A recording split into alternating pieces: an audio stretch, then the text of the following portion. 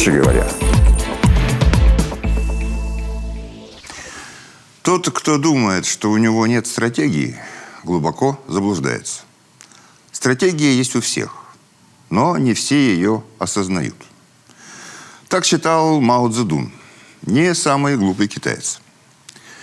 До минувшего вторника официальным руководством к действию у нас была стратегия социально-экономического развития Республики Коми на период до 2035 года.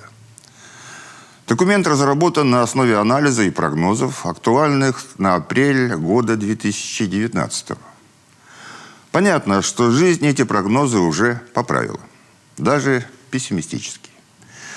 Реальные доходы снизились, отток населения оказался чуть ниже запланированного из-за пандемии.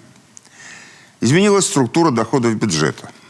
Доля налогов, поступающих от прибыли и доходов недропользователей, снизилась, а от доходов физических лиц возросла. Эти и другие обстоятельства во вторник озвучил Владимир Уйба на совместном совещании экономического блока правительства Республики Коми и Президиума Государственного совета республики. Знаковое совещание стало своеобразным итогом 3 месяцев аналитической работы нового состава правительства. Почему знаковое? Ну, во-первых, новая команда сформулировала довольно смелый, стратегически важный вывод. Эра нефти, газа и угля в их привычном понимании как относительно простого источника высокого процента прибыли уходит. Об этом свидетельствуют серьезные исследования рынка, тенденции к сокращению потребления невозобновляемых источников энергии, государственная политика развитых стран в этом направлении. В нашей республике 40% валового регионального продукта приходится именно на добычу и транспортировку полезных ископаемых. Но последние 10 лет объемы не растут и даже сокращаются. При этом в секторе задействовано 6% населения, и сюда же направляются 60% инвестиций. Разумеется, эта отрасль будет развиваться по своим правилам.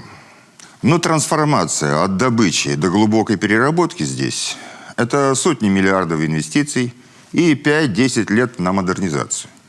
И не факт, что инвестор выберет для модернизации объекты именно на нашей территории. В любом случае, ждать масштабной модернизации придется неизвестно сколько. Получается, что рассчитывать только на крупные добывающие компании неправильно.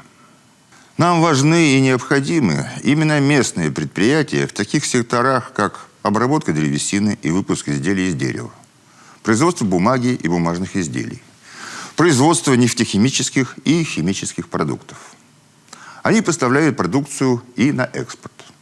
И даже включены в перечень отраслей перспективной экономической специализации. Это согласно стратегии уже Российской Федерации. Здесь создание новых рабочих мест обходится в несколько раз дешевле, чем в добывающих отраслях. Сроки окупаемости ниже. Кроме того, существуют достаточно эффективные средства государственной поддержки, как от федерального центра, так и республиканские. А впоследствии они становятся надежными социальными партнерами. И Владимир Уйба сформулировал вывод. Мы не можем позволить себе ждать много лет, не можем ждать, пока крупнейшие компании примут решение о модернизации. Это всегда очень сложный процесс согласования таких серьезных инвестиционных затрат. Мы должны начинать двигаться самостоятельно в сторону поддержки тех отраслей вне сырьевого сектора, в которых инвестиции в создание новых рабочих мест кратно ниже, а скорость отдачи кратно выше. Уже в 2021 году наша задача начать создавать новые рабочие места и новые налоговые поступления от них именно в республиканский бюджет. По всем расчетам, для преодоления негативных тенденций нам необходимо в ближайшие 5 лет создавать по паре тысяч новых рабочих мест ежегодно. Эффективные инструменты федеральной господдержки этой политики уже применяются с конца прошлого года. Депутатов ознакомили с их возможностями и предложили принять прямое и непосредственное участие в подготовке инвестиционных проектов на всех уровнях и по всем ключевым направлениям.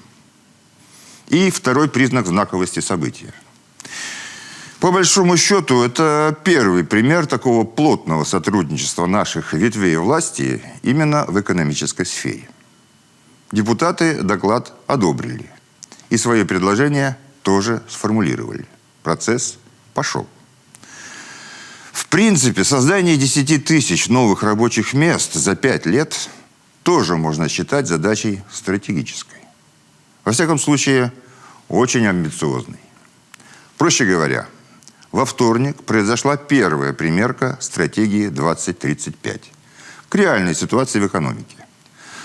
Совместные сессии по направлениям и депутаты, и правительство намерены проводить регулярно. А как же иначе?